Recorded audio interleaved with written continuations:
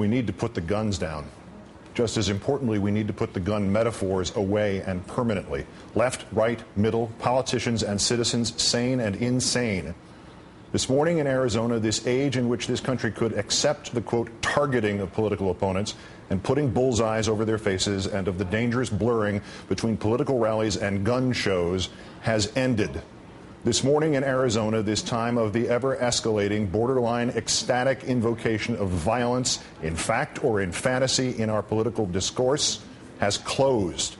It is essential tonight not to demand revenge, but to demand justice, to insist not upon payback against those politicians and commentators who have so irresponsibly brought us to this time of domestic terrorism, but to work to change the minds of them and their supporters. Or if those minds tonight are too closed, or if those minds tonight are too unmoved, or if those minds tonight are too triumphant, to make sure by peaceful means that those politicians and commentators and supporters have no further place in our system of government. At his news conference this evening, Pima County Sheriff Clarence Dupnick took the extraordinary step of reporting not details of the crime scene alone, but rather of the political and cultural climate. I think it's time as a country we need to do a little soul searching, because I think that the vitriolic rhetoric that we hear day in and day out from the people in the radio business and some people in the TV business, and what we see on TV and how our youngsters are being raised, it may be free speech, but it does not come without consequences. Arizona has become the mecca of prejudice and bigotry. If Sarah Palin, whose website put and today scrubbed bullseye targets on 20 representatives, including Gabby Giffords, does not repudiate her own part, however tangential, in amplifying violence and violent imagery in American politics, she must be dismissed from politics. She must be repudiated by the members of her own party. And if they fail to do so, each one of them must be judged to have silently defended this tactic that today proved so awfully foretelling. And they must in turn be dismissed by the responsible members of their own party. If Jesse Kelly, whose campaign against Congresswoman Giffords included that event in which he encouraged his supporters to join him firing machine guns, does not repudiate this, does not even admit that even if it was solely indirectly or solely coincidentally, it contributed to the black cloud of violence that has enveloped our politics, he must be repudiated by Arizona's Republican Party. If Congressman Allen West, who during his successful campaign told his supporters that they should make his opponent afraid to come out of his own home, does not repudiate those remarks and all other suggestions of violence or forced fear, he should be repudiated by his constituents and the Republican Congressional Caucus. If Sharon Angle, who spoke of Second Amendment remedies, does not repudiate that remark and urge her supporters to think anew and again of the terrible reality of what her words implied, she must be repudiated by her supporters in Nevada.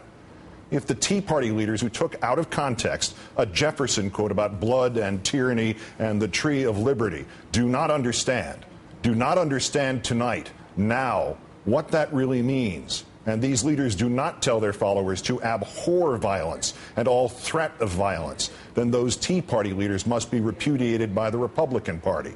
If Glenn Beck, who obsesses nearly as strangely as this Mr. Loeffner did about gold and debt, and who wistfully joked about killing Michael Moore, and Bill O'Reilly, who blithely repeated "Tiller the Killer" until the phrase was burned into the minds of his viewers, if they do not begin their next broadcasts with solemn apologies for ever turning to the death fantasies and the dreams of bloodlust, for ever having provided just the oxygen to those deep in madness to whom violence is an acceptable solution, then those commentators and the others must be repudiated by their viewers and listeners, by all politicians who would appear on their programs, including President Obama and his planned interview with Fox on Super Bowl Sunday, and repudiated by the sponsors and by the networks that employ them.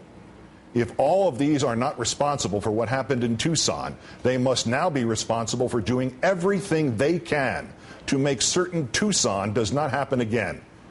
And if those of us considered to be on the left do not rededicate ourselves to our vigilance to eliminate all our own suggestions of violence, however inadvertent they might have been, however mild they might have been, then we too deserve the repudiation of the more sober and peaceful of our politicians and our viewers and our networks. Here once, in a clumsy metaphor, I made such an unintended statement about the presidential candidacy of then-Senator Clinton. It sounded as if it was a call to physical violence. It was wrong then. It is even more wrong tonight. I apologize for it again, and I urge politicians and commentators and citizens of every political conviction to use my comment as a means to recognize the insidiousness of violent imagery, that if it can go so easily and slip into the comments of one as opposed to violence as me, how easily, how pervasively, how disastrously it can slip into the already violent or deranged mind. For tonight, we stand at one of the cliched crossroads of American history. Even if the alleged terrorist Jared Lee Loughner was merely shooting into a political crowd because he wanted to shoot into a political crowd, even if he was somehow unaware who was in that crowd, we have, nevertheless, for years, been building up to a moment just like this. Despite the YouTube videos of what appears to be Loughner referring specifically to the 8th Congressional District of Arizona, Gabby Giffords' district, assume the details are coincidence. The violence is not. The rhetoric has devolved and descended past the ugly and past the threatening and past the fantastic and into the imminently murderous. We will not return to the 1850s when a pro-slavery congressman nearly beat to death an anti-slavery senator and when an anti-slavery madman cut to death with broadswords pro-slavery advocates. And we will not return to the 1960s when, with rationalizations of an insane desire for fame or of hatred or of political opposition, a president was assassinated and an ultra-conservative would-be president was shot at and paralyzed and a leader of peace was murdered on a balcony.